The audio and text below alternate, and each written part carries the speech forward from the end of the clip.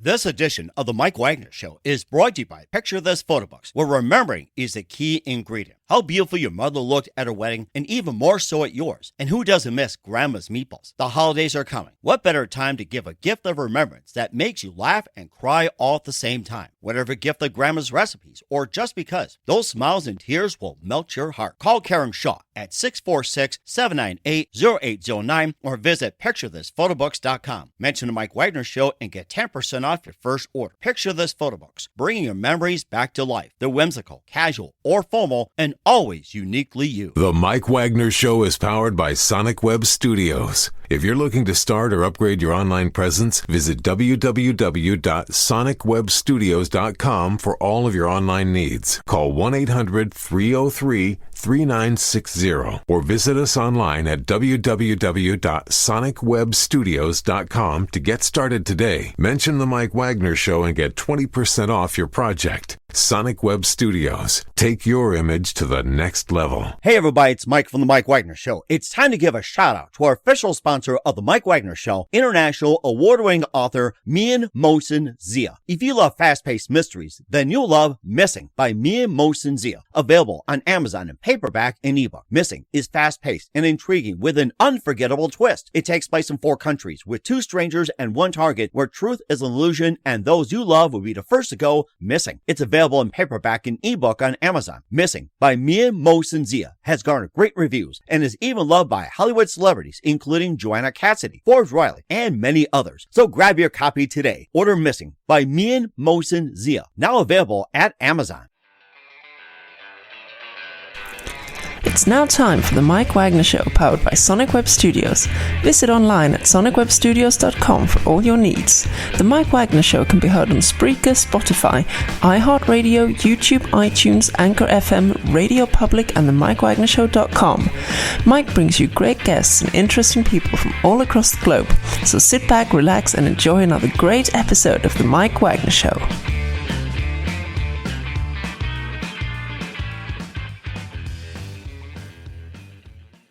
Hey everybody, it's Mike from the Mike Wagner Show, powered by Sonic Web Studios. Visit online at sonicwebstudios.com for all your needs. Looking at a professional website without breaking your budget? Sonic Web Studios is the answer. Sonic Web Studios offers fast, affordable custom web designs that blow the competition away.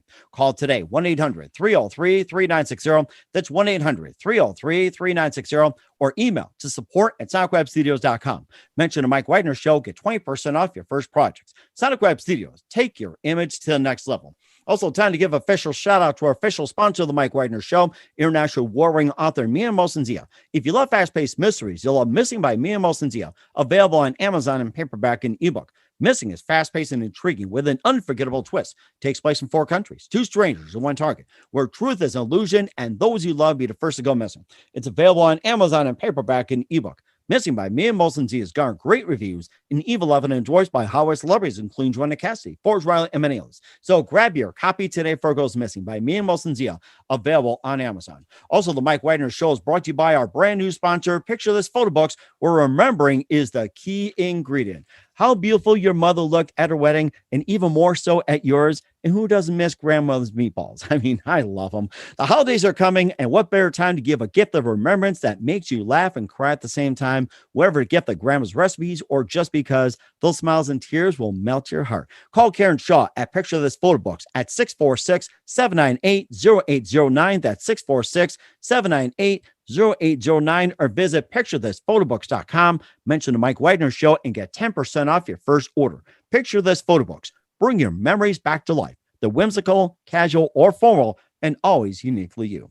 And also, the Mike Wagner Show can be heard on the MikeWagnerShow.com. You can check our Facebook page at facebook.com/The Mike Wagner Show. You can download and listen on Facebook, SoundCloud, Spreaker, Spotify, and iHeartRadio. Also on Anchor FM, iTunes, Google Play, Amazon, Audible, and Apple. Coming soon to Podbean, Buzzsprout, Pandora, and TuneIn. And heard worldwide on Geo 7, Radio Public, Himalaya, and more. Take the Mike Wagner Show with you on any mobile device. Subscribe to the Mike Wagner Show on the YouTube channel. And follow us on Instagram and Twitter. And for great gift ideas, 24/7, 365 for your loved ones and more, go to Amazon.com and check out the Mike Wagner Show t-shirt. Pops seconds, hoodies, throw pillows, tote bags, and a lot more. Makes great Christmas gifts anytime for your loved ones or for your family and friends. And also check out the Mia Molson Zia store on Amazon for great books and t-shirts, hoodies, and more. And check it out today, Mia Molson Zia store at Amazon. Also, don't forget to donate to the Mike Wagner Show at themikewagnershow.com. Also on Anchor FM/support. And make sure you all also send the PayPal as well. Make sure you do so today. We're here with a terrific gentleman today who's an American celebrity stylist,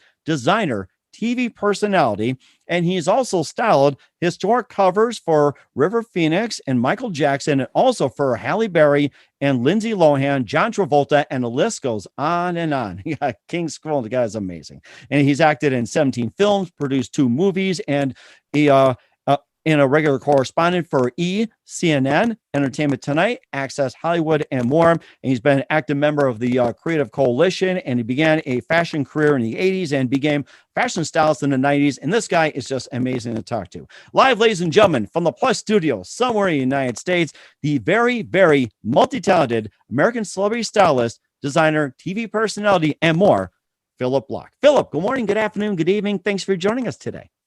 Thanks for having me. Well, it's great to have you on board as well, too. I mean, you just got an amazing story to tell. You're an American celebrity stylist, designer, TV personality, and you styled historical covers for River Phoenix, Michael Jackson, also for Halle Berry, Lindsay Lohan, John Travolta, and a lot more. You also been in 17 films. You've produced 2 movies and a regular correspondent for CNN, Entertainment Tonight, Access Hollywood, and you've been a member of the Creative Coalition, and you've also been began a fashion career in the 80s and also stylist of the 90s. And before getting to all that, tell us how it first got started, Phillip. Hello there. Yes. That is so much. I'm like, it's exhausting just hearing it myself. I thought it was just 2 words and let you figure it out. I mean, it's like, wow, just like, did I do all that? You know, it really, you never know where life is going to take you. You know, I mean, it's very interesting where, you know, when you start as a kid and you leave high school and you're like, where is life going to take me? Mm-hmm. Right, exactly. Yeah. And of course, you know, just, starting off, like how you first got started and what direction did you first go in? Like, you know, being a stylist, designer, TV personality. So it's like going to the way back machine, just like Sherman back in the days. What was it?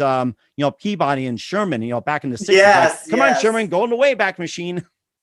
It all started really, I think, when I was, probably in maybe high school, junior year of high school or sophomore year of high school. And I was a pretty wild kid. I had a hard time focusing in school. I didn't really, I was popular. I knew a lot of the kids. I was selling weed at the time, a little ahead of my time. I've always been ahead of my time, entrepreneurial and ahead of my time. It's only taken them, about 40 years to catch up with me, and now you can see me. But God bless. And I was having a hard time, and then I saw the movie Mahogany with Diana Ross, and I walked out of that movie theater, and I was like, yeah, that's it. I'm getting out of here. I'm going to do that. That's what my life is going to be, and that's what I'm going to do. You know, I think that was a really easy way for me to find out what I wanted to do and get a little more focused. And my parents were brought into school one day because I was in trouble, and they met the art teacher, and they just had a whole long conversation about it as well. And you know, the famous lines my father used to say, they were walking through the school, and the teacher said, "Oh, are you Mr. and Mrs. Bloch?" And my father said, "Why?" And she said, "No, because I'm your father." What did my kid do again for the 100th time? Why? He wouldn't even give in that. He wouldn't say yes. He would say why. And the teacher said, "Well, I'm one of his teachers." And he's like, "Uh-huh." And he would wait for them to say what happened, sort of, or if it was good or bad. And then, and so long story short, the teacher came with them to the principal's office, and they devised an art program for me. So I had a really helpful teacher at a very early stage of my life that saw potential, and I'm still very close with a lot of my friends from high school, and we have a mutual friend, Eileen, you and I, and she's friends with my friends from high school. It's all kind of reunited through Long Island, wow, which is where I grew up. And that sent me on my way. And then my parents made me promise to go to college, and so I went to I was enrolled in Studio 54. I was enrolled in FIT, and I went to Studio 54, but I was enrolled in FIT, Mm-hmm. and then I graduated from Studio 54 pretty much, but not FIT. Wow. Woo, And I was a busboy journey. at FIT. I left FIT and started becoming a busboy at Studio 54. Huh. That's quite interesting. And who are some of your favorite artists growing up as well, too, since you got into the business, some of your favorite artists, and also, getting into movies, some of your favorite actors and actresses, especially like Diana Ross? I think that's really a great question. Thank you. So simple, but very important. And I think as a kid, I grew up seeing images. So my work has been about imagery and creating like iconic images. And so I think I would see movies like Ally McGraw and Love Story and Barbara Streisand and The Way We Were, and Meryl Streep and Vanessa Redgrave in the film Julia. Oh, and wow. The Turning Point with Anne Bancroft. And you would see these movies and they all would kind of resonate, and you would take from that airport with Jacqueline Bisset and Dean Martin, and you would take the Poseidon Adventure with Stella Stevens and Pamela Sue Martin. You would take these fashion moments, and they all sort of stuck in my head, and I didn't understand it at the time. As a young boy selling weed in Long Island, I didn't really see where fashion was going to take me. But once I got it up, once I saw that movie, Mahogany, it all kind of pulled together, and it was like, oh, boom, oh, I'm getting out of here. This isn't forever, and I'm going there. So then the next 3 years of my high school until I got into college, I was like, I'm going there. Then suddenly you're there. You're at Studio 54. Talk about, we were talking earlier about, success early on and being thrown into the middle of something.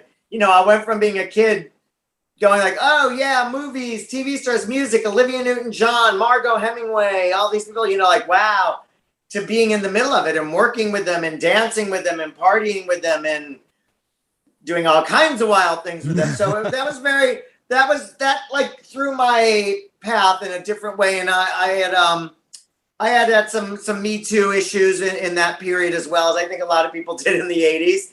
It wasn't an issue then. What was permissible behavior then has become now is just, the end of the world and horrible. Were you talking like similar what Bill Cosby did to women or something, or like say? I had been molested. It's been written about. When the women came out, when the girls came out, Selma Hayek and Ava LaRue and Rose McGowan and all the different girls, Annabella Sciorra, Mira Sorvino, Uma Thurman, they all kind of came out in the Me Too situation with Harvey and other men. I had my own in that time when I was the owner of Xenon. There was even somebody accused of falling. He was accused of somebody falling from his terrace and dying, or from his window and dying. Oh, wow. And there were lots of other guys that I've now met through the years that have been the same experience with him. I had been drugged and raped, and and that's like 1978. As a boy in 1978, you really don't even know what that means. You don't know who to go to, and you didn't really understand it was happening. Mm-hmm. I think when you go to somebody's apartment, my parents always said nothing good happens after 12 o'clock. If you go to somebody's home, it's on you. You have to be careful. You shouldn't be going to people's homes. If you go to someone, you have to take responsibility for going and making stupid decisions. Mm. And so I went to this person's home thinking he's this rich man with a doorman on Central Park South, and he's going to show me his art. And, he showed me his art. And, that was written about. The Daily Mail did a really long article about it. It's very interesting. Like, it's a very specific part of my life. I think it molds your life. And then when I went on to model, I modeled out. I was a model in Europe for about 8 years after Studio 54. I worked in Tokyo, Milan, Paris, Oh, wow. London. Yeah, I did John Galliano's first fashion shows. I was in Gautier, Versace, Saint Laurent. I had an issue with one of the men that worked at Saint Laurent. Used to molest and fondle all the guys, the male models, at lunchtime. But it was part of the job then. Like, it was this weird thing that some people wouldn't speak about. I would go back to the agent and say it. I would go back to the agent, and I went to Saint Laurent. They sent me on this job, and I came back, and they said, you're going to Saint Laurent. They're using you for a fitting model at lunchtime tomorrow. You go between 1 and 2, and the man Cyril is the person there, and you go to him, and he's going to fit bathing suits and shorts and things on you. You're like, okay, I'm a model. That's why I'm here. So when somebody's putting a bathing suit on you and it's this big and they're touching you in those areas, well, that's kind of what the job is. Mm. Maybe that's the technical thing you got to do. I don't know. Then you look back on it years later and go, oh, but I caught it in the moment. You know what I mean? I was like, So we did it, and he's touching me and, looking and, oh, does it feel good? Is it? And I'm like, oh, you're smoking a cigarette. Can I have a cigarette? And he's like, yeah. And then he had a pack of cigarettes. And at one point I was like, I said, oh, can I have another cigarette? I'm a model, but, it's hard to get cigarettes here. And cigarettes are expensive for us or whatever. And then he had a sandwich. I kept stalling. Long story short, I entertained him. And I learned, along the way, being a busboy at studio, I was around a lot of drugs, a lot of wild sex and partying. And you either get involved or in all the ways, or you kind of learn your ways around and how to navigate it. And for me, it was always being the party boy. I learned to kind of be the more fun one, the loud one, not necessarily the sexy one. You try and be more fun as opposed to sexy and I don't know. Your basic job is to get the crowd interested, keep it going, keep it lively and everything. And if you just and walk keep around them like off of you, you're and bored, kind of they'll walk out. Yeah, and in a weird way, bringing the attention to keep the attention off you in a weird way. Mm-hmm. If all eyes are there, then you're almost a little safer, I guess. I don't know. I think that was sort of my MO, and that sort of worked. So I go back to the agency, and the agent says to me, she says, oh, how did you go at Saint Laurent? And I said, oh, it was cool. And she said, did he like you? And I said, yeah, I think he liked me. He gave me a sandwich, and look, he gave me a pack of cigarettes. I'm an 18-year-old kid, not 20 at that point in Europe in 1981 or whatever. It's a whole different time. There's an innocence that just doesn't exist now. Mm-hmm. And I'm living the dream, sort of, and the phone rings, and it's them. And so she talks to him, and she makes a few jokes. I didn't speak French that well at that point. I watched, and she looked at me, and she said, put them on the phone. And, he said something about me being different. And she's like, yeah, he's very different, that one. And yeah, he's very funny, that one. And, I kind of got the idea of what they were saying. And I think those things form in your head. And she hangs up, she says, oh, so Cyril wants you to come back tomorrow. You did something right. And I said, okay. I said, but Cyril is a little touchy-feely, And she said, oh, it's the job. And I said, well, I think he's a little touchy-feelier than he has to be, I get it's the job. I'm like real, so I'm like, I get it's the job. And she's right, yeah. I'm like, I get it's the job, but I'm just saying a little extra here. You know what I mean? That the hands are there too long. Right, a little too close for comfort. And I remember with some of those women that came up that, they were molested back then. So it's like, I read stories about like the 50s, 60s, whatever it is that it was considered an honor. Like say, if you slept with Bill Cosby, you slept with Madonna, or you slept with whatever, that was considered a badge of honor. That's how I got into Hollywood. And now it's just like, everything's been reversed. Of course, sometimes you got to factor in I read these stories all the time that, 40 years ago or whatever, times were different. And of course, the statute of limitations is like, doesn't 7 years apply to this? And why did everybody start coming all of a sudden? What happened to them 40 years ago? I was like, what happened to the statute of limitations? Here's one thing. There's two points to that. First of all, we live in a time of revisionist history and fake news and all this kind of thing. So revisionist history is a lot of what is going on now. Mm-hmm. Because I personally know that some people's stories don't match timelines. I've heard of people talking about people molesting them that I just know that's not even their type. They're so completely different than what the person usually goes for. It was like, and it was a guy. It was a guy story. And it's like, bro, I don't think so. Uh-huh. I'm just saying you're different than, you're different than everybody else. That you're not his type. He likes blonde. He likes this. He likes that. You're not that. I don't know. Whatever. Maybe. I'm not saying who knows what anybody's situation was or what anybody sees, but I think there's a lot of revisionist history. And I think there were a lot more volunteers than there are now. There are more victims, funny enough. And it's really interesting. I think if you get a count of who was volunteering and who was victims, the numbers have shifted. Right. Yeah. Of course, he said, she said, and everything else. But of course, times are different. We'll continue talking about, you also styled for a couple of figures that passed on. It's an amazing feat. We'll talk about those in just a minute. But first, listen to the Mike Wagner Show at the MikeWagnerShow.com, powered by Sonic Web Studios. Visit online at sonicwebstudios.com for all your needs. Looking at a professional website without breaking your budget? Sonic Web Studios is the answer. Sonic Web Studios offers fast, affordable custom web designs that blow the competition away. Call today, 1-800-303-3960. That's 1-800-303-3960, or email to support@sonicwebstudios.com. Mention the Mike Wagner Show, get 20% off your first project. Sonic Web Studios, take your image to the next level.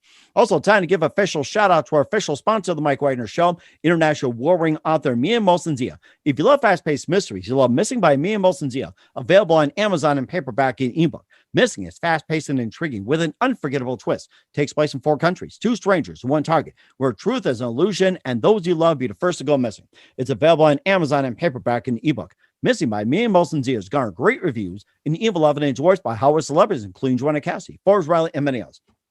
So grab your copy today before it goes missing by Mia Molson-Zia, available on Amazon. Also, the Mike Wagner Show is brought to you by our brand new sponsor, Picture This Photo Books, where remembering is the key ingredient. How beautiful your mother looked at her wedding, and even more so at yours. Well, who doesn't miss grandmother's meatballs, huh? I certainly love them. The holidays are coming. What better time to give a gift of remembrance that makes you laugh and cry at the same time? Whatever gift, like grandma's recipes or just because, those smiles and tears will melt your heart. Call Karen Shaw at Picture This Photo Books at 646-798-0809. That's 646-798-0809, or visit picturethishphotobooks.com. Mention the Mike Wagner Show and get 10% off your first order. Picture This Photo Books, bringing your memories back to life. They're whimsical, casual, or formal, and always uniquely you.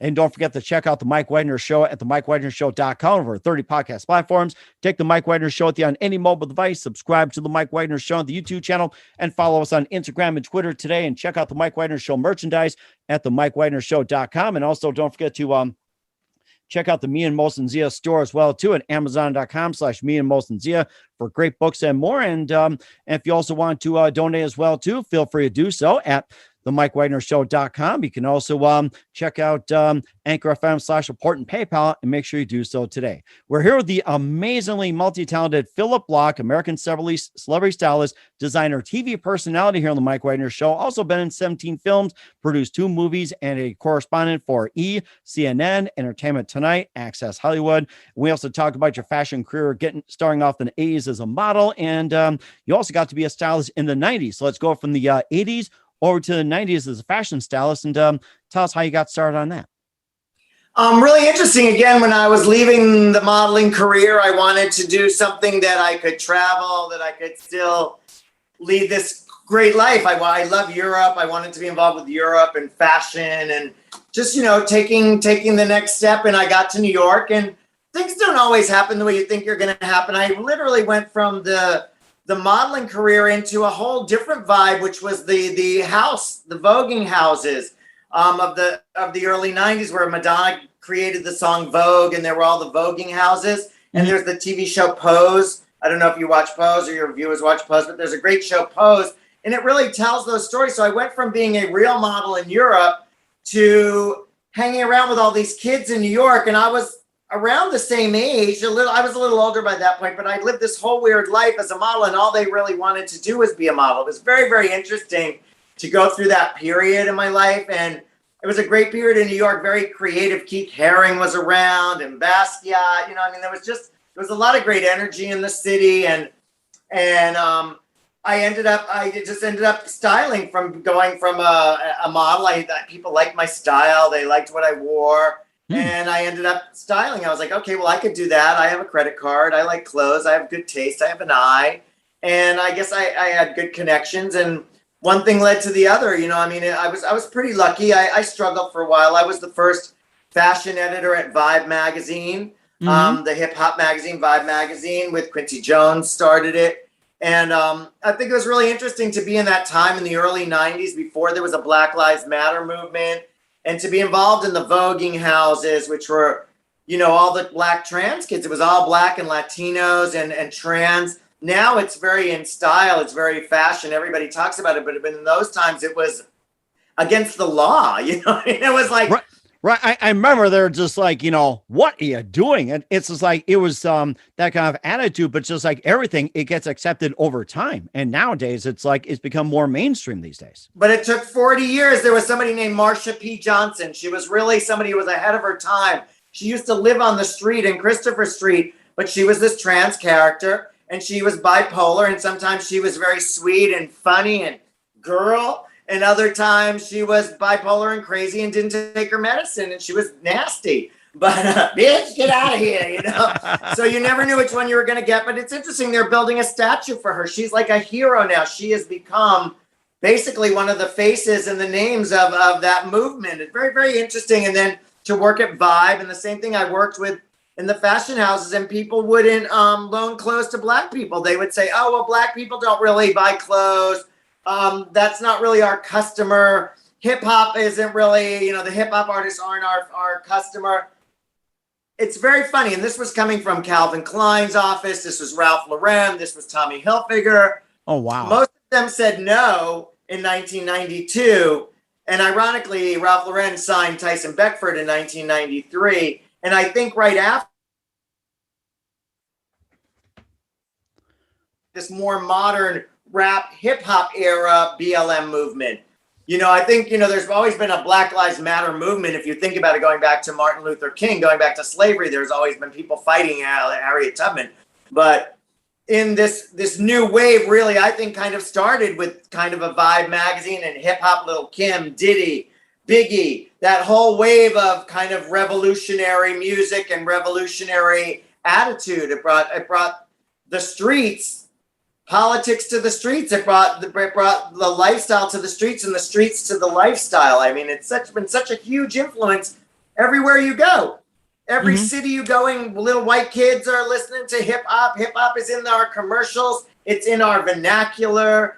Webster's dictionary's adding words that they make up in. Yes, I seen them. Yeah, and in fact, there's also that company which I bought a while back, which is FUBU, which is For Us By Us, and that was a very, very interesting line of clothes. And of course, I bought Michael Jordan sneakers. I bought those those hammer pants and the hammer tops and everything like that. So it's like I want to see some pictures of that.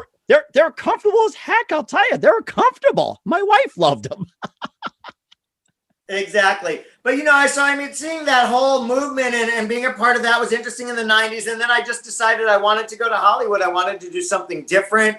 I didn't really want to work with models so much. I'd done that as a model. I didn't enjoy working with the models as much. I love Cindy Crawford and Linda Evangelista and Christy and all those girls. But, I don't know. I wanted to work with the movie stars and the singers. I thought I want to go to Hollywood and work with Oprah and Vanessa Williams and Vogue and Toni Braxton and Whitney Houston. Oh my gosh, please let me be able to work with Whitney Houston. And that was like my dream. And I got to Hollywood and I worked with a lot of those people, and I started working with the celebrities. It was just a different kind of place. And I worked as a liaison really between the European houses, because I knew a lot of them from my modeling days. And it was maybe different people, but somebody I knew somebody, and, it connected. And so I was a liaison between the European fashion houses, the New York fashion houses, and Hollywood. There was nobody that really connected that. Like the Chers and Carol Burnett, they all worked with Bob Mackie.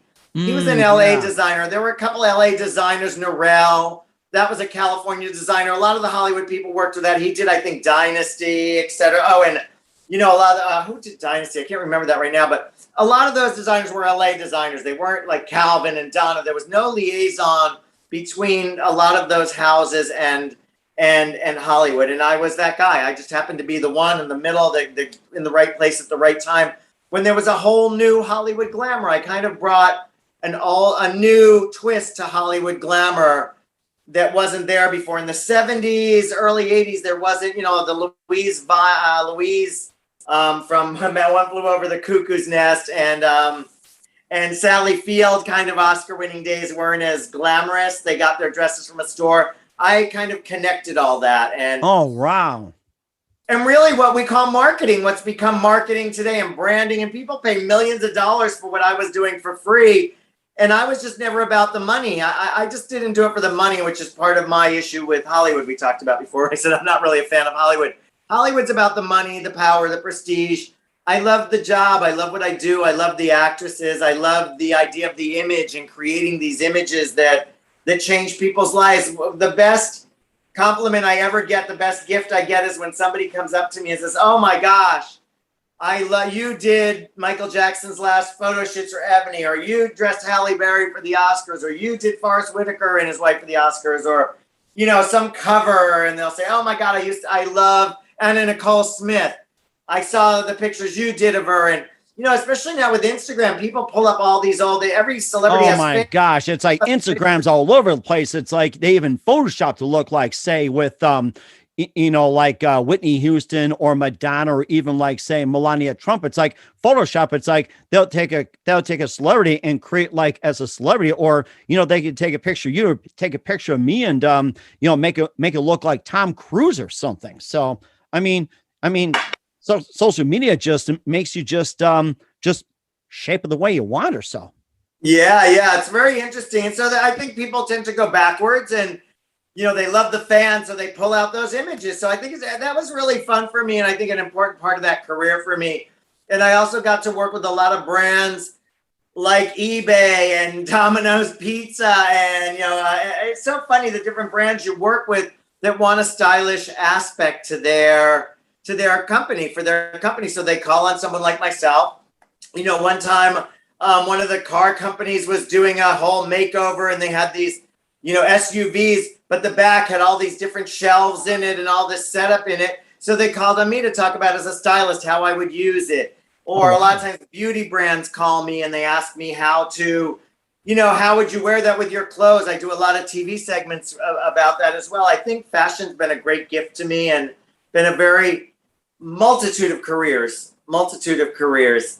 What was the most unusual request that you ever gotten when it comes to being a stylist? Oh, we were just talking about, what was the most unusual request?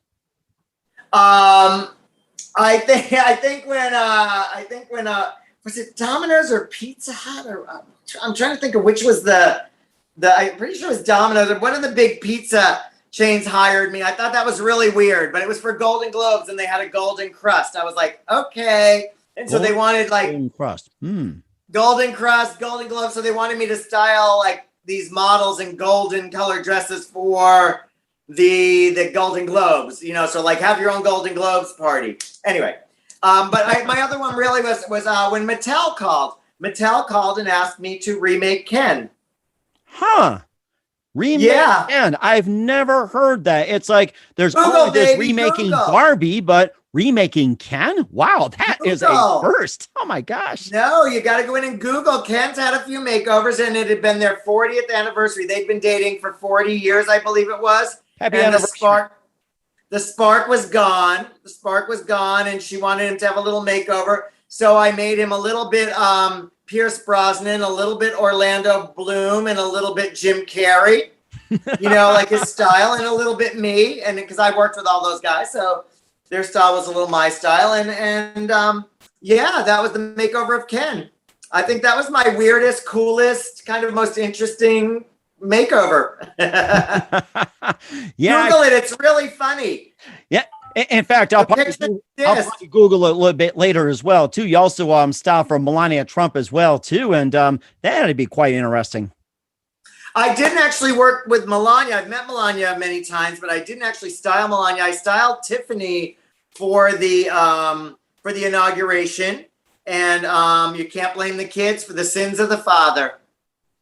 You know, the father. It's like I've heard that expression so many times. Heaven help us, sins of the father. I know. You know, I worked with Donald. I worked at the at the pageants as the creative director for the pageants for a year or two, and I liked Donald back in the 90s. Donald dated a very good friend of mine at that point. Actually, she's a model, right before Melania, and actually she's half black. So You know, he's not as racist as everybody would like to think. I think he's extremely racist. No, not yet. Not just for her. Build the wall. No, not her. Yeah, exactly. Basically, you know, it's interesting. It's interesting. He's an interesting character. But again, I speak to her all the time. We're still best friends, and we both go like, "What the fuck? You dodged a bullet there, girl." Like, woo! We didn't see that one coming. Yeah. We didn't see that one coming. You know, when there's like the nice, quiet kid on the block, and he turns out to be the serial rapist murderer. It's almost like that. Not that Donald was ever the innocent kid on the block, but you just didn't see this craziness coming. He was always a lot and never really a nice guy, you know, I mean, but I mean, from like one-on-one, he could be the greatest for you, but you know, you knew he wasn't coming from a place of loving, kind caringness. You knew there was always something a little crazy there. But yeah, it was, and I've been friends with the wife. I've known Ivanka for many, many, many years. I mean, I have to say, I was really surprised at a lot of the things Ivanka did. I was very hurt and surprised. I've known her for a long time. I really didn't see her as that person. I had a show on ABC News where I interviewed celebrities about their charities. And she was one of my favorite interviews. She worked with Girl Up a lot. She was very empowering to young women, and I love that side of her. And she's very devout to her husband's faith, and a loyal wife, and a loyal mother. And I loved how her schedule worked, because I know her. I know her. But to see how it all turned out was just fascinating and very disappointing, depressing, sad. And I know all the wives. You know, I was very friends with Tiffany's mom as well. Very sweet, kind, wonderful woman. She danced with the devil and got out, Marla Maples. She's very spiritual. That was like a one and done, pretty much. What was it, a couple of years or something? Ooh, yeah. Yeah. Wow. Right. Oh my gosh. Yeah, that's my experiences with the Trumps along the way. You know, I do say, you know, I do things for two reasons. My reasons are never really power or money, but I do things because I like somebody, or I like the job. I like what the idea of it is. And I'm a big believer in iconic images and moments in time when you're more than you thought you could be. And so when Tiffany's mom came to me and asked me to help Tiffany for the inauguration, I think some of us tried to be positive and believe it wouldn't be as bad as it ended up being. I think some of us thought like, okay, maybe he's just this big a douchebag just to get camera time and he's going to be better as president. Well, obviously that didn't happen, but I believed that it wasn't her fault. I believed that she was a girl helping her dad. And I believed that she was a girl kind of with a less than great reputation for no reason because of her sister. Like, people automatically compared her and Ivanka was the more golden child, and people would say, oh, she's the ugly one, or she's the this, or she's the that, and they didn't even know her. So those are my reasons for doing it, because I felt, and I believe it was the president of the United States' first daughter, and it's an obligation as an American, if called to service, to do service for the country. Who knew he'd be so hated? I mean, you just at that point didn't even know it could be that bad. I knew it was bad. I mean, like, but I did my job. I did my job for my country. I did what my job is, and I feel called to service. And I've dressed a lot of people I don't like. I'm sure you've interviewed a lot of people you don't like. Well, I'll tell you one thing. I'll tell you one thing.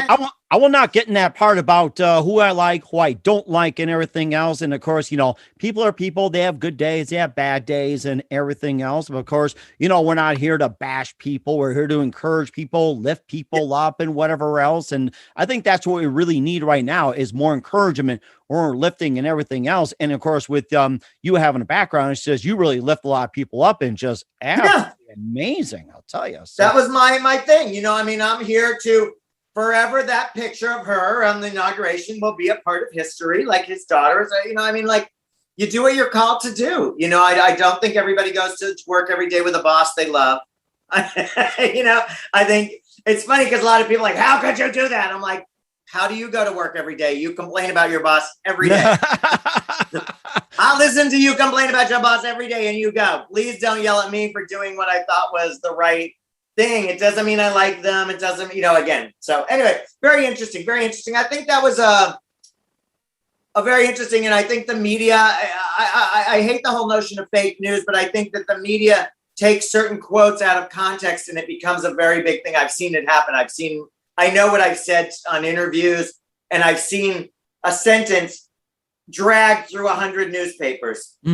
Yeah, like Drain the Swamp, which I was reading too. That was actually created by a PR guy. It's like it wasn't Trump's idea. It was just a PR guy, Drain the Swamp. And there was also a few others. When I heard about that, I'm like, really? They said to me, there was one quote? Oh my gosh. There was one which Drain the Swamp is what you had to do in the end and is being done every day. There's another today again. Somebody else from the Trump group was prosecuted and convicted. But anyway, I forgot my train of thought there. But you're talking about misinterpreted quotes, lines, and everything from your interview work. They took a sentence which was they asked me, "Do you think Donald Trump always dreamed of becoming? Do you think Melania Trump always dreamed of becoming first lady?" And I was like, first of all, like, what a ridiculous, when somebody asks me a question, I actually listen. So when you say, do you think Melania Trump always dreamed of being first lady? Well, no, I don't, because she grew up where did she think she was, she didn't think she was going to come to America and become like who? No, I don't think she thought that. It was almost like who knew. You're right. Yeah, like when she was 20, I don't think she thought of it. Maybe when she met I don't even think when she met Donald, she thought she'd be first lady. I don't think she thought Donald was going to ever be first lady. I thought so the question is, do you think? So my answer was, no, I don't think being first lady was Melania's dream. I think that was always more Donald's dream. And that quote went everywhere. Phillip Bloch, Melania's stylist, says being first lady was never her dream. It was always Donald Trump's dream. That's how they take a sentence and make it seem like something it's not. It wasn't fake news at all. It is what I thought. It is what I said. But in the context and how they took it and ran with it was interesting. It was slightly askewed. Not wrong. Or Mike, try and make it sensationalized. That's a thing, trying to get attention. And there was a quote that I remember very well. My journalism teacher had told me about the Beatles, John Lennon, when he said, all the Beatles are bigger than Jesus Christ. And they all took it as blasphemy and they're burning Beatles records. And then John Lennon later said that sarcasm because he got tired his mates, John, Paul, George, Ringo, being followed around like they were Jesus. They were just getting tired of being followed and screaming girls. It's like he said that sarcasm is like, they're being treated like Jesus Christ. It's like he doesn't want it that way. It's like they're being tired of being treated like Jesus. It's like they're musicians. That was a whole thing that got taken out of context. That's very interesting and very true. I think a lot of times the media does take things, it takes a sentence and goes with it. And it's not wrong. It's just the perspective or the spin that they put on it. Mm-hmm. And of course, since we're on that subject as well, too, you being on with, regular correspondent with CNN, Entertainment Tonight, Access Hollywood. And I think you just about covered the gambit and maybe just a few more as well, too, with, some of that. And now, did that come in part after being a stylist, or when did that correspondent come in the way in your career? I think that I started probably back in 96 was sort of the first step. I started on House of Style with MTV. It was a big show with Cindy Crawford started, but by the time I was there, I was in the seasons with Molly Sims when Molly Sims came on. Oh, I remember that. Yes. And they had the Sims family. They had like the animation and everything, then became a video game, clothing line and all that. Oh my gosh. Well, I think it's that was Molly Sims and that was the Simpsons, but close in there. I was referring to Simpsons. I was talking about Molly Sims. I mean, the Simpsons are just a totally different animal. So it's like, oh my gosh. And it's like, I'm going back to 90s. Here I am, young, newly married, and, get involved with Molly Sims, the Simpsons, eating Domino's pizza and wearing hammer pants and Michael Jordan shoes and being a Bulls fan and all that. Life was good in the 90s. But I think that one thing led to the other. I think because I had been a model and I'd been very comfortable in front of the camera, I think that I was really kind of at my hashtag on Instagram as the original influencer. I really was kind of an original. I was one of the first people they took from behind the camera and made them famous. You know what I mean? I don't think before there weren't really talking heads. There weren't really what we refer to as talking heads or influencers or experts. And that's really what I was. And I actually, the difference between an influencer now and myself was I actually did the job and had the credentials, and you could see why I was being called the best because the work was there. As opposed to now people are experts, but you don't really know who they are or what they've really done to be an expert, or like the bar is very low on what's an expert now. So I think I was very fortunate. I was in a time where that was transitioning. There wasn't really reality TV. You know, it was somewhere in that time of transition from regular TV programmed as it was, and that Hollywood structure of the studio system. I really consider myself very fortunate. One of the last people to get over the studio wall, so to speak, before the tidal wave of you know what we have now of streaming kind of came along. I think I'm one of the last. I think I'm one of the last people that kind of got known in the TV world, like you know, not the last, but like Rachel Zoe. All of us kind of came in that end run of like influencer people that got on TV and got known before everybody became a star. You know, that we were the first of that, and I think you know the studio wanted you to be a certain way, and they brought you back because they liked you, and I think I fit in the mold that they wanted. I was just gay enough. I was just ethnic enough for them. I wasn't too ethnic one way. I wasn't too white. I think ethnic people like me. I think white people got me. I think gay people got me. I think straight people got me. I think people just sort of vibed with my thing and agreed with what I thought. So I was very fortunate to work on all those different networks at different times and consecutively, and really, very. He was such a good home to me with Joan Rivers for many years. I worked a lot with Joan. And I'm very grateful. I'm very grateful to do all those talk shows like Oprah and Kelly and Regis and Kelly and Michael and Kelly and Mark and it's like Kelly and everybody. That's what it seems like. God bless Kelly Ripper. Yeah. Yay. Hey, it could be Kelly and you, or Kelly and me, or Kelly and all of us. It's like we should be so lucky. Exactly it. And of course, the fact that I was gonna mention as well too, like with relatability. It's like that's something you really need in order to succeed, instead of being pigeonholed into one thing like they did in the studios back in the day. Relatability. I mean, that's gotta be the most important ingredient, and yet it's also very underrated and also like underappreciated, or what that term is. It seems like relativity needs to be like more out in the open and more significant. I think that Hollywood really likes to pigeonhole you. I think that the industry really likes to pigeonhole people. I saw Cher speaking even the other day about how hard it was to become an actress, and how Robert Altman took a chance on her with Welcome Back to the Five and Dime, Jimmy Dean, and he couldn't even get funding. Like, so many studios turned him down because he wanted Cher to star in that movie. And he's the one that got the movie made and got the money, and that changed her career. She was bankrupt at a certain point before she went into the acting. And very, very interesting. I think, like Britney, we want to see her as this young blonde thing. Someone like a Madonna or Gaga have had the ability to be chameleons, but most people kind of stay the same or are very, similar to the roles they play. Julia Roberts plays Julia Roberts in everything she does. She does it magnificently, and I could just melt at 90% of the things that come out of her mouth in any movie. I could just be like, I love her. But even when she's like a gangster bitch or like a sweet angel, that's Julia for you. It's just the way. But I think Hollywood likes you to be a certain way. So I think they look for that, and it's very hard to do different than that. So I think people saw me as a fashion influencer. They love me as that. They love me as this kind of snarky, funny gay guy on TV. But when I wanted to do different things, I think that Hollywood definitely resisted. I've seen that in my career, different projects I've worked on. I think I always jokingly say anyone will take a movie with me and a meeting with me in Hollywood, but they won't necessarily do my project. They'll listen to what I have to say. They'll take my ideas and kind of do something else with them a lot of times. It's very interesting. But everybody will take a meeting with me. It's respect, but it's very interesting in Hollywood. They can respect you.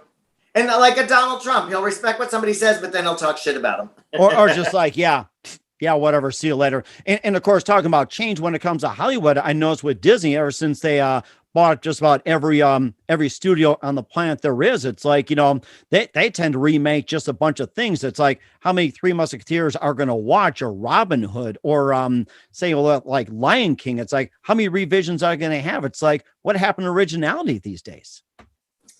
Yeah, it's very interesting. Originality is not a big thing. It's hard. I've been working for the last 5 years. I've been producing films about Black history and Black supermodels, and it's really hard. I have a deal with Lionsgate for several years now, and Queen Latifah and I are working on a project. But it really takes a long time for things to get made. When people say, "Oh my God, it took 9 years to get this project made," they're not lying. When they win the Oscar or the Emmy and they're like, everyone said it couldn't be done, it's true. Mm-hmm. And I also talked to somebody as well too earlier, that they said that there's bands out there that actually get a song out there. It took them 10 years to get them to the top, and they pretty much stay there and then they end up having more respect. It's like, one song takes them 10 years to finally get where they're at, and they get respect. I think that's what people need to learn. It's like, it takes a lot of hard work to get there. It's like, I'd rather be remembered what I did, 10 years, unlike being like a flash in the pan, 10 years ago, nobody ever hear of you now. Yeah, I don't know. There's no right answer. And look how some people have 3-4 hits and then never anything else. And, you don't realize how long a lifetime is and how long you've got to survive and live. And I think being famous is being known is a very double-edged sword for people. I think it's very hard to have 2-3 number one hits. That money doesn't last forever. You're not living on that, especially if there's a band and you're splitting that money. Like, you're not living on that your whole life. What do you do at 50? You got to go be a waiter. I think there's a lot of people in Hollywood I've seen. So interesting. A friend of mine who was a top model, probably in the 80s. I don't know how many Vogue covers, at least 12, 15 American Vogue models, like probably one of the biggest American, one of the top 5 American female models in the 80s with Vogue covers. And she's a real estate broker at 60 something years old. Oh, wow. Okay. Yeah. Because I think some people know how to manage money and all that. Even I don't even remember who had a number one hit in 92 or something. What's that? You weren't making that much money then. Nobody was, if you were making up models, making the big deal was like they're getting $500,000 a day. Mm-hmm. They get $500,000 for a campaign. That was like a big thing. Margot Hemingway came along in the 80s and made $1 million for the Babe campaign. Well, how long would $1 million isn't going to last you your life? Are you kidding me? $1 million, it wouldn't last you 10 years now, maybe. Unless you invest right. It's like, people aren't taught investing. That, get the taxes taken and the agent's fees taken and blah, blah, blah, blah. What is that? People don't realize that money does not last forever. That money is just, how much do you really need? Even investing, if you're investing really big and you're making money on investment, that's another story. That's another career and a job. Mm-hmm. And you have to be trained to know what you're doing in that, or have people that do. But yeah, I don't think that person squandered their money at all. I just think it's hard. I think it's hard for I think anybody that made a lot of money in those times does not have that money now. Mm-hmm. And of course they invest wisely as well too. Some getting other careers, and also too, we also like to touch as well too. You also appeared in 17 films, produced 2 movies, and as well too. We'll talk about it in just a minute. You listen to the Mike Wagner Show at the MikeWagnerShow.com, powered by SonicWeb Studios. Visit online at SonicWebStudios.com for all your needs. Also brought to you by official sponsor of the Mike Wagner Show, international war-ring author Mia Mosin's You Have Missing, available on Amazon and paperback and ebook. Also brought to you by Picture This Photo Book, where remembering is the key ingredient. Call Karen Shaw at 646-798-0809 or visit picturethisphotoBooks.com. We'll be back with the multi-talented American celebrity stylist, designer, TV personality, and actor Phillip Bloch after this time out. This edition of the Mike Wagner Show is brought to you by Picture This Photo Books, where remembering is the key ingredient. How beautiful your mother looked at her wedding, and even more so at yours. And who doesn't miss Grandma's meatballs? The holidays are coming. What better time to give a gift of remembrance that makes you laugh and cry all at the same time? Whatever gift of Grandma's recipes, or just because, those smiles and tears will melt your heart. Call Karen Shaw at 646-798-0809 or visit picturethisphotobooks.com. Mention the Mike Wagner Show and get get 10% off your first order. Picture this photo books, bringing your memories back to life. They're whimsical, casual, or formal, and always uniquely you. Hey everybody, my name is Forbes Riley, and I'm an American actress and a TV host. And I was delighted when I got my copy of Missing, which is Extraordinary Relation of Ordinary People based on a real life relationship. It's well written. It's amazing. You know, it talks about a man who has lost his wife and his daughter, and it's very well done. I'm going to highly recommend that you go get your copy of Missing. It is a powerful, exciting read. Mr. Mian Moshe Zia. He is the author of Missing. And I want to give a big shout out and a kiss all the way halfway around the world to my dear friend. Check him out at Mia's website. It's called www.miamotionzea.com. Missing, available on Amazon. Again, I'm Forbes Riley, and I will see you again soon. Bye-bye. The Mike Wagner Show is powered by Sonic Web Studios. If you're looking to start or upgrade your online presence, visit www.sonicwebstudios.com for all of your online needs. Call 1-800-303-3960 or visit us online at www.sonicwebstudios.com to get started today. Mention The Mike Wagner Show and get 20% off your project. Sonic Web Studios. Take your image to the next level. Hey, this is Ray Powers. And if there's one thing you can count on in these unpredictable times, it's that you're in good hands getting some great radio, courtesy of The Mike Wagner Show.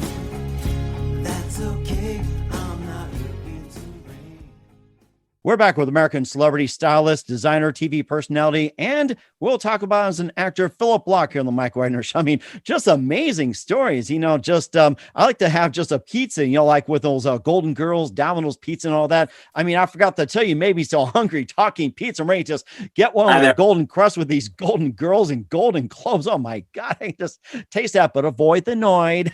Yeah, that's I wish that noise around you just pound them. So you also have been in 17 films as well too. You produced 2 movies, and you produced Return to Babylon, as well as you're appearing also The Unseen. You also were in Stealing Chanel, Booted, Gospel Hill, Victorienne, Delirious, Dirty Laundry, Entourage, Law and Suicide, and Death of a Dynasty. And tell us about some of the films as well, as along with your 2 you produced. Gosh, I think I've done so many different movies. Again, you know, it was never my goal to necessarily be an actor. I think in the late 70s, you know, graduating high school and in the 80s, as a gay guy, you wouldn't think you could really have a career as an actor. You know, I mean, there were very few, like Rupert Everett kind of pushed through, you know, Tom Cruise. I mean, I didn't say that. You know, just kidding, Tom. You know, I think it was difficult then to have that dream and to be realistic about it. And I was doing my other things, but when I got known from the TV stuff, opportunities came, and I'm creative. I had seen a film, The Queen, with Helen Mirren, and she spoke about how becoming the character was so important. And I'd worked with so many great actors like John Travolta or Jim Carrey, and seeing Jim go into character. And when I saw Jim go into character for a couple of the films he worked on, and then doing his wardrobe for other events, it just really inspired me and said, I want to do that. Like, going into character is a very interesting psychological thing to do. And so I ended up playing a blind, visually impaired man in a film called The Unseen, which ran on Stars. It was for Stars. We did a bunch of the film circuits with it. Gail Harrell from Queer as Folk is in it. Michelle Clooney from Queer as Folk. And Judah Friedlander from 30 Rock was on it. And, wow. Woo. 30 Rock, 40 Rock. And Judah's great. And oh my gosh, who else? It was such a great cast, really, really fun. And Lisa France directed it, who's now like working with Ava DuVernay doing Queen Sugar. She's a great female director. So I had this story idea for a film that I'd seen with Sidney Poitier, A Patch of Blue. And I thought that it would make a great urban modern story. And I brought it to the director, and as directors do, they take your idea and turn it around. And so it's not your idea, it's their idea. I don't know why they do that, but they just do. Too common these days, thanks to social media. Also, it's almost like way too common. Now it's just like, oh my gosh. It's just like you bring it to them and you say, here's what I want to do. And they're like, oh my God, I love this. And then it always ends up being the opposite of what you wanted to do, so that they put their finger. I don't know why that is, but that's another story. But this project was great. And I went with the director's impression. It ended up being a Southern story. And we shot this. Oh, it's back in like 2007, I think it came out. It was really great. And it was just fun to dress for the character and do the wardrobe. I worked on the wardrobe at the same time. I played a blind, visually impaired shut-in. Oh yeah, Steve Harris from The Practice and Diary of a Mad Black Woman was in the movie also. Steve Harris, he kind of saves me. So that was really exciting. Return to Babylon was a great film. It was a silent movie. It's never really come out. There's actually a documentary being done about this movie. And it's so interesting. It's a great cast. It had Jennifer Tilly, Deb Mazar, Tippi Hedren, Maria Conchita Alonso, Issei Morales. It just had so many cool actors and actresses in it. And we played all these silent movie stars. And the director went crazy and ended up getting locked up at a certain point. Really? And he's this kind of cult figure. His name is Monty Kadawati. And now there's somebody actually doing a movie at Fox. So we did the movie. It didn't end up doing the film circuit because he never got it finished. He kept seeing Jesus. Speaking of Jesus, he gets in everything. He kept seeing Jesus in the editing. It was the craziest stories.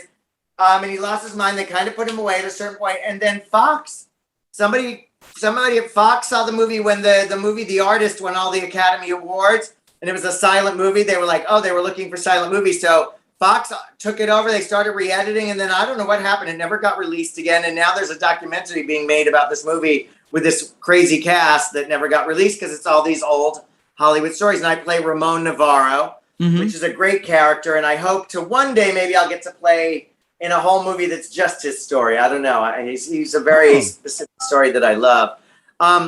And just so many others. I think the different movies I've gotten to be in, I got to be in a movie with Angela Bassett and Giancarlo Esposito and Sam Jackson. And RZA was in and Julia Stiles. That was really exciting. And I just think being in these different films and getting to go to the film festivals for me was very exciting and be a part of it. I haven't done it so much lately. Stealing Chanel with Lydia Hearst was, I think, probably one of the last movies I did. That was a couple years ago. And it was fun, really fun comedy. And Lydia and I have been friends ever since. Carol Alt was in that movie with me. I think it's fun when you get to do these projects with your friends. I got to be in Wall Street too. I was in like these ballroom scenes and these fashion scenes in Wall Street too with Charlie Sheen, who was a good friend and client of mine for many years. That was really fun. And Carey Mulligan was in that movie, and she just started. I remember. It's so funny working in Hollywood when you see somebody come in as a man who loves girls and loves beautiful girls.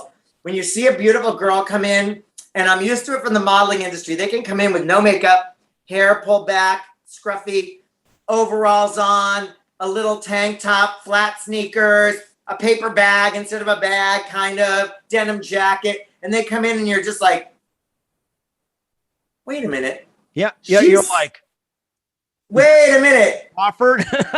Yeah, you're stunning under there. Wait a minute. Like, I've seen that a lot, J-Lo. I remember the first time I saw J-Lo, but the first was really the same. J-Lo is different. J-Lo was a wow. There was no hiding it. Carey Mulligan came in and I was like, I was talking to her, and as I was talking to her, I was just looking at her. I was like, wow, she's really beautiful. You just clean all that up, put some makeup on, do the hair, put a dress on her, and boom, she's $1 million. So very interesting to see that. I've gotten to see that a lot over the years. Wow, that is amazing. It makes me want to get into that stuff. I know, right? It's fun. I haven't done it as a serious, full-time career. I would probably starve and they wouldn't hire me. But, I hate auditioning. That's the worst part, is auditioning. Luckily, I've gotten most of my parts through the directors, so. It's like, here, you stand here, you stand here, you say this, you say that. Put makeup on, we'll put you in a movie. Here, eat a pizza, you're in. So It's hard.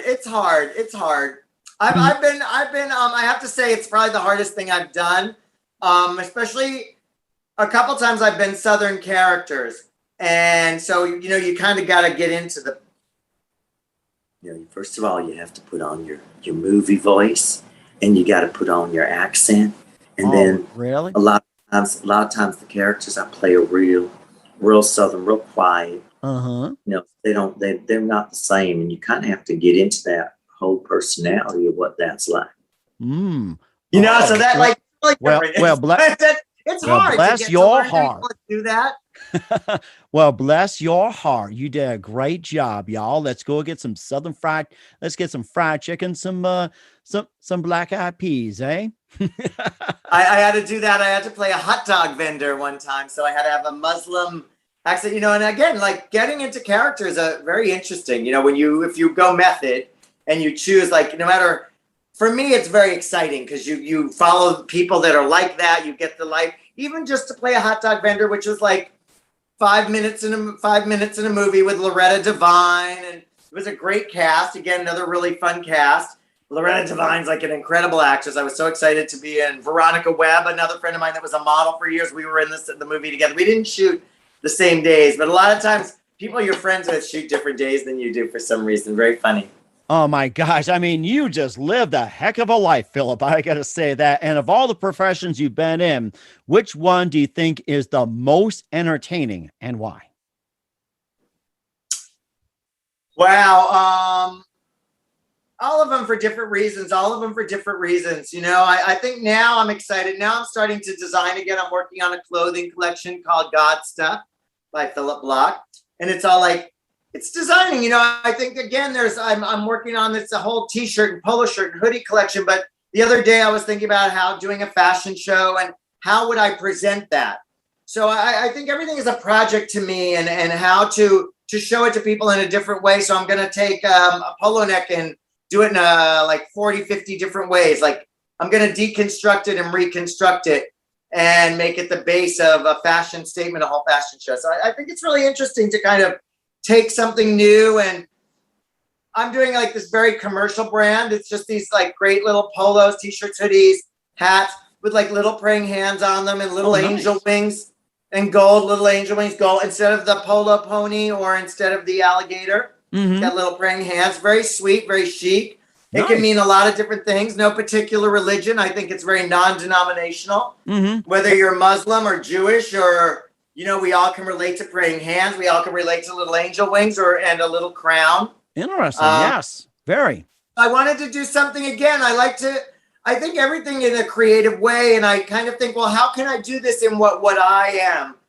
People like to say, oh, what's your brand or your brand is this. I don't think of myself as a brand. I'm a person in what I do. I'm an artist in what I do. And my thing is like inclusive.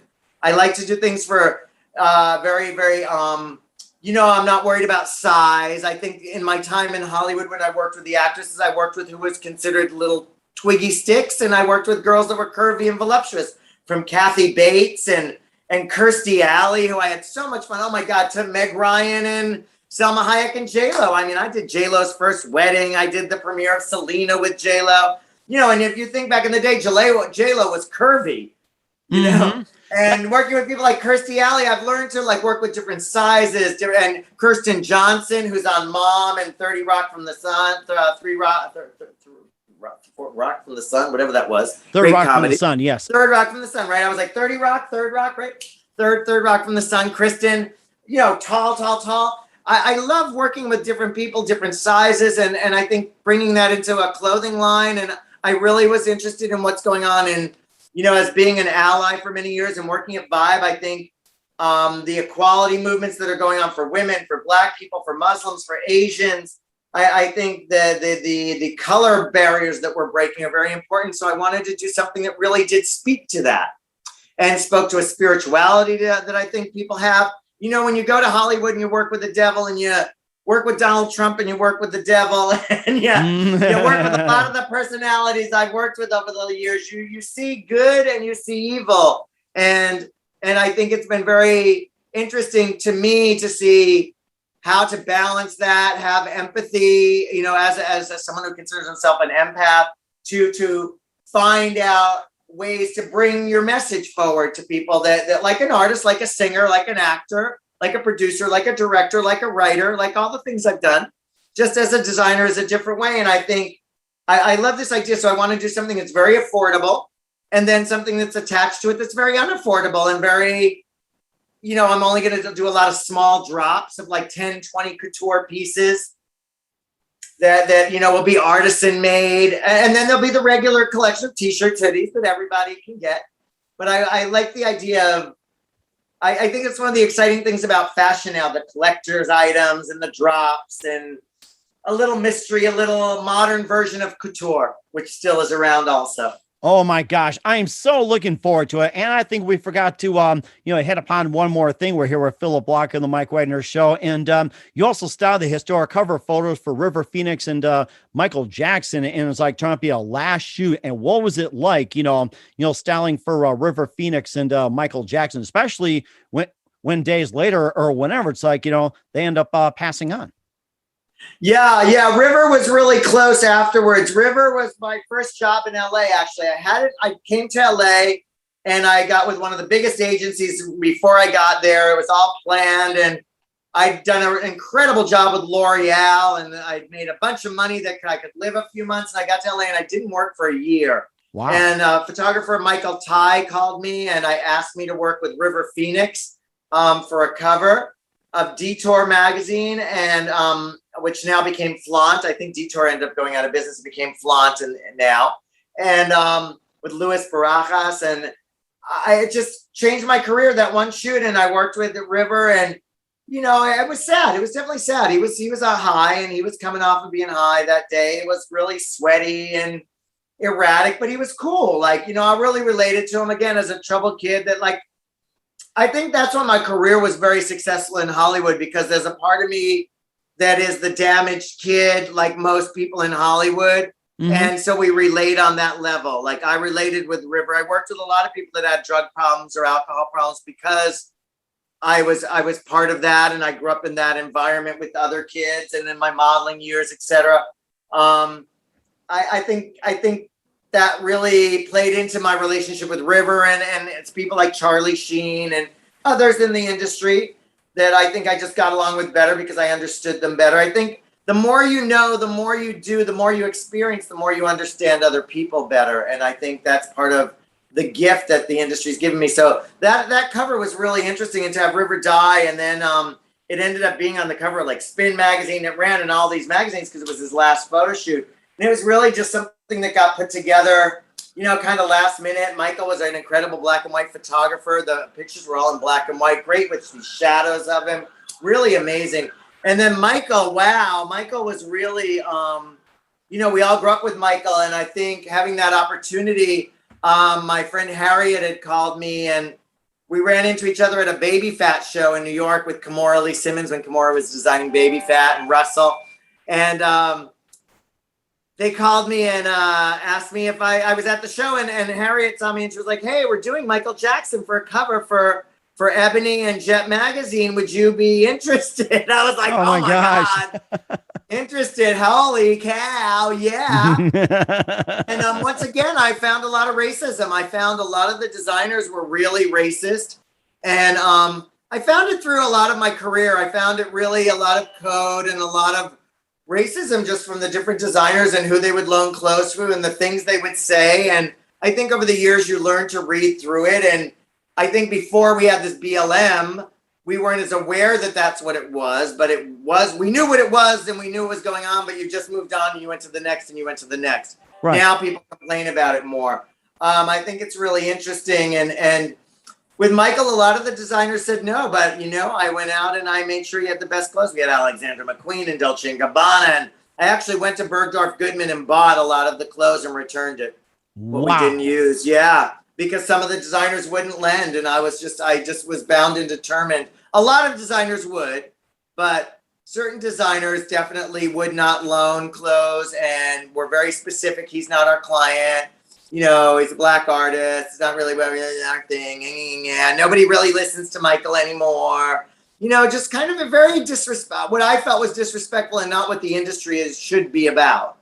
Mm-hmm. And not what my agenda was. My agenda was a legend, and who knew it would be his last photo shoots. And the covers are just extraordinary. We did Michael in a white Valentino tuxedo with a real gold mesh tie and a gold and diamond orchid pin on his lapel. Instead of a boutonniere, it was a diamond and gold. Oh my God. in. So beautiful. And the jet cover, we were down in the tomb. We shot at the Brooklyn Museum, and we had the museum all to ourselves. It was such an amazing day. And we shot downstairs in these tombs because Michael loved, the tombs and the sarcophagus. So we went down there and we shot him in this Roberto Cavalli gold jacket. It was a woman's jacket, actually. It was so small, sample from the runway, but he fit in it. He was so tiny. He was very, very thin. Oh, wow. And very, very thin, even in that time. It was sad. It was sad. And that was really quite a moment. They played the song Mama Sai, Mama Sa, Mama Kusa, Mama Say, Mama Sa, Mama. And I just remember that moment and being down there. We were in this crowded room and the flashes were going and Michael was dancing and moving, and very, very, that moment is frozen in time for me. One moment in time when you're more than you thought you could be. Wow, that is amazing. I mean, you summed up your career very well, Phillip. And we're here with American celebrity stylist, also designer, TV personality, and more, Phillip Bloch here on the Mike Wagner Show. Just a few more minutes. You've been absolutely amazing. I love to go on with you. Come back as well, too. And what can you expect from you in 2021 and beyond, Phillip? Well, really, I'm really focusing on these films that I'm producing, documentary films, and I think that they're very fashion-oriented and a little true mystery and crime in there. Very exciting. I'm excited about those, but in Hollywood, you have to keep it quiet. Mm-hmm. But I've been working on those for a while. And the clothing line, I'm very excited about the clothing line, and I think God Stuff is going to be really excited. God Stuff, Anointed Apparel. I think that's going to be a lot of my focus, and I think the charity work I'll be able to do with it, like each of the brands within the brand will give money to a certain charity. I'm looking into different charities I want to work with. I think I want to work with my friend Christy Turlington, the model. She has a great charity, Every Mother Counts. So I think I'll probably work with a lot of my friends' charities. Most of the celebrities I know have their own charities and organizations that they work with. So I'm looking forward to that and being able to give back. I think when you can do things and they bring people joy, and they can help other people economically, and they can be good for the environment, good for the planet. I mean, I think as much good as you can do with your projects, the better it is. And so I hope people start to check out. It takes a lot to design now and to have a collection. It does. Yes. There's all social media. You have to have a TikTok. You have to have Instagram. You have to have Twitter. You have to have Facebook. You have to have LinkedIn. For me, I have 5 social media outlets that you have to have content for every day. So much of your process is creating content. I'm really looking forward to the fashion shoots and creating fashion shows and videos, and really kind of what I've been doing my whole career, but doing it in a different perspective and doing it with a different budget because I'm paying for it this time. Right. I wanted to be able to do it on my own without I wanted to do something. I felt like I've been very blessed by the studios in Hollywood and the TV networks and the stations. I wanted to be able to do something that was just me and smaller, even though it never can be small anymore. Right. And you do an amazing job as well, too, Phillip. And who do you consider biggest influence in your career? Oh, wow. I would say a few characters from movies, absolutely. But I would say my biggest influence in my life and career would be Princess Diana, Mother Teresa, Martin Luther King, Diana Ross, and Grace Kelly. Wow. That is a heck of a lineup. I got to say that. I think for me, integrity, dignity, elegance, confidence, be able to deliver a message, being as much for the people and glamorous at the same time. I think it's a hard line to walk. Some people are very glamorous and fall and self-centered and don't get to appreciate the finer things in life. And some people, when you're not as cutting edge and as willing to fight for that career and put money and power and prestige forward, you don't get to be those people by just being nice and meditating, unfortunately. You have to, there's a power and a climb behind all that. So I think those people have been very important in my life. I think the movie Julia I mentioned before with with Vanessa Redgrave and Meryl Streep. I think that was Meryl Streep it was her first movie was in that. It was wow. Jane Fonda, Vanessa Redgrave, and Meryl Streep's first movie, Julia. Look for it. She has the tiny cameo in it. And it just goes to show you anybody can make anything of a tiny cameo. I think Vanessa Redgrave's character and the Jane Fonda character have always been interesting to me because it's a battle between fighting for the people and being glamorous and creating your art and being in a bon vivant world. So I think that's my role models. That is something very amazing, Phillip. And what's the best advice you can give to anybody at this point? Don't give up. I agree with you. Yes. Heal yourself. Don't give up. I think heal yourself is very important. I think there's a lot of damsels in distress out there. And I say that about men as far as women. I think times are tough for everybody. I think a lot of people have a lot of mental problems at this point and trouble with their mental health. But I think it's important to not give up and to heal yourself and to take care of yourself. You're responsible for yourself at the end of the day. And heal yourself and never give up. I think don't take anything for granted. I think meditation, prayer, heal your mind, heal your body. I think all these things work in tandem. You have to realize that you are a mind, a body, and a soul, and you have to make all that work together. Mm-hmm. It's a lot of good advice. Yes, all rolled into one. Very important. Yes, that's right. Very good advice. Once again, we're with American celebrity designer, stylist, TV personality, and multi-talented Phillip Bloch on the Mike Wagner Show. Phillip, a very big thank you for your time. You've been absolutely phenomenal. Learned a lot from you. Looking forward to having you on very soon. Do us a favor, keep us up to date. Love you back in 2021 and beyond. Don't forget to keep in touch. You've been terrific. Once again, tell us about your upcoming projects. What's your website? How do people contact you? Where can people just check out your stuff? Check out. So you got to go to phillipbloch.com or Instagram. Phillip Bloch on Instagram. I'm verified. And go to God Stuff by Phillip Bloch on Instagram or God Stuff on Twitter, LinkedIn. Oh my gosh, right? TikTok, Facebook.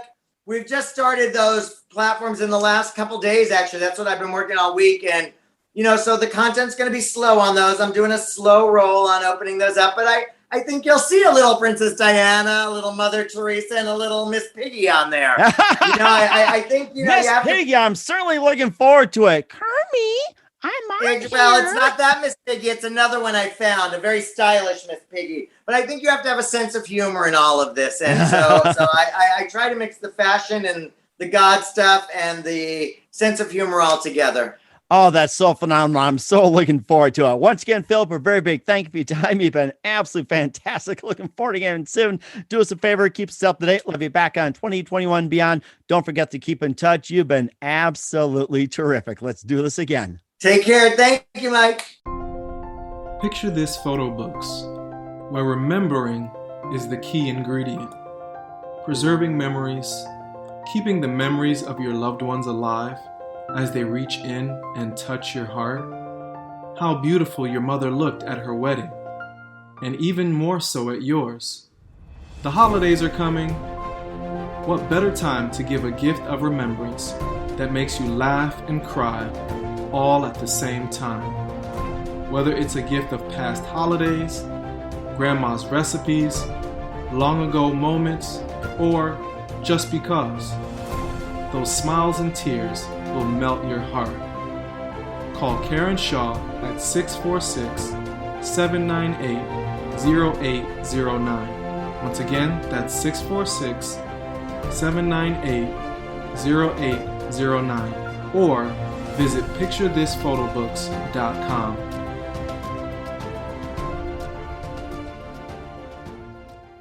Hey everybody, my name is Forbes Riley, and I'm an American actress and a TV host. And I was delighted when I got my copy of Missing, which is Extraordinary Relation of Ordinary People based on a real life relationship. It's well written. It's amazing. It talks about a man who has lost his wife and his daughter, and it's very well done. I'm going to highly recommend that you go get your copy of Missing. It is a powerful, exciting read. Mr. Mian Moshe Zia. He is the author of Missing. And I want to give a big shout out and a kiss all the way halfway around the world to my dear friend. Check him out at Mia's website. It's called www.miamotionzea.com. Missing, available on Amazon. Again, I'm Forbes Riley, and I will see you again soon. Bye-bye. The Mike Wagner Show is powered by Sonic Web Studios. If you're looking to start or upgrade your online presence, visit www.sonicwebstudios.com for all of your online needs. Sonic Web Studios specializes in custom web design, app development, social networking, search engine optimization, domain registration, email marketing, online stores, and more. Since our birth, we have been designing and developing immaculate websites and providing web solutions which are a cut above the rest. As a leading web designing enterprise, we have a team of extremely talented web designers who are well-focused and have the experience of working on multiple web developing platforms such as PHP, Magento, custom WordPress, and more. Sonic Web Studios has been helping businesses of all kinds, whether big, small, established, or startup, impress their audiences with exemplary web solutions. We don't just create beautiful and functional websites. We give you a complete online solution with the main goal of enhancing your yearly revenues. We aim to give your business the online exposure and brand acknowledgement that will help you in achieving increased conversions leading to profitable sales. Call 1-800-303-3960 or visit us online at www.sonicwebstudios.com to get started today. Mention The Mike Wagner Show and get 20% off your project. Sonic Web Studios. Take your image to the next level. Thanks for listening to The Mike Wagner Show, powered by Sonic Web Studios. Visit online at sonicwebstudios.com for all your needs. The Mike Wagner Show can be heard on Spreaker, Spotify, iHeartRadio, iTunes, YouTube, Anchor FM, Radio Public, and themikewagnershow.com. Please support our program with your donations at themikewagnershow.com. Join us again next time for another great episode of The Mike Wagner Show.